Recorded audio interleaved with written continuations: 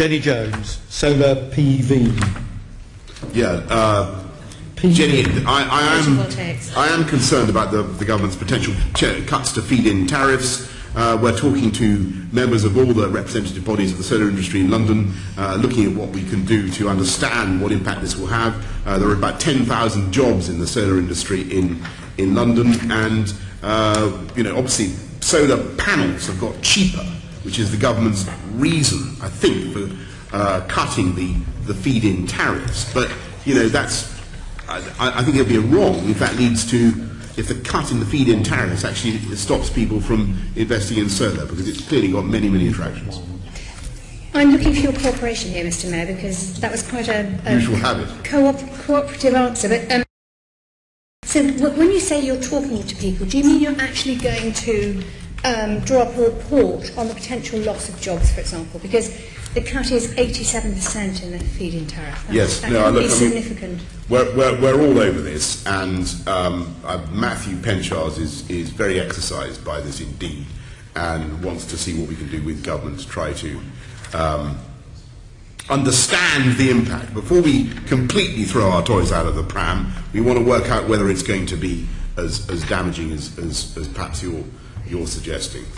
There's also the fact that a lot of the schemes are going to be on schools and even churches. And on top of all TfL buildings we were going to put. Exactly. I think we already have quite a lot now. So when you look at this, will you actually look at how many of those they should have been done in the first place? Will you look at how many of those schemes might not happen? Because that's another impact. It's not just about jobs, it is about schemes and long-term costs and so on. We'll certainly look at all that. Okay. I've been invited by a school in Croydon that were going to go ahead with a solar scheme on their roofs, and now they can't because of the feed-in tariff being reduced. Would you come with me to that school to see the impact and actually hear their views firsthand? If you don't want to come with me, you can go on your own. Is that it? No. Look, Jenny, I'm always happy to receive an invitation from you, whether you want me to come with you or not. Why don't you get in touch with my office? We'll see what we can do. But I'm not making any promises. All right? Okay. Some of the expeditions we go on end in confusion. The fact is that the government's been having this huge bonfire of renewables, and you so far, to my knowledge, have kept quiet about it. Now, you've just described a possible option of throwing your toys out of the pram. Is that likely? Are you going to speak out on this if you can see that it's going to impact severely and negatively on London? I think we need to understand what the implications will be. As you know, one of the things we're also concerned about is the zero carbon homes target. There was a target to build zero carbon homes by 2016. That's been abandoned.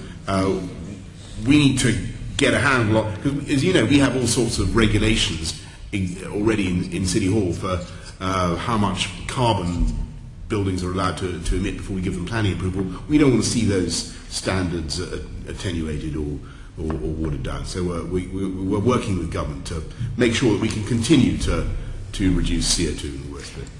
That's quite interesting, because obviously this is going to impact on your record as mayor, which none of us wants to do, obviously.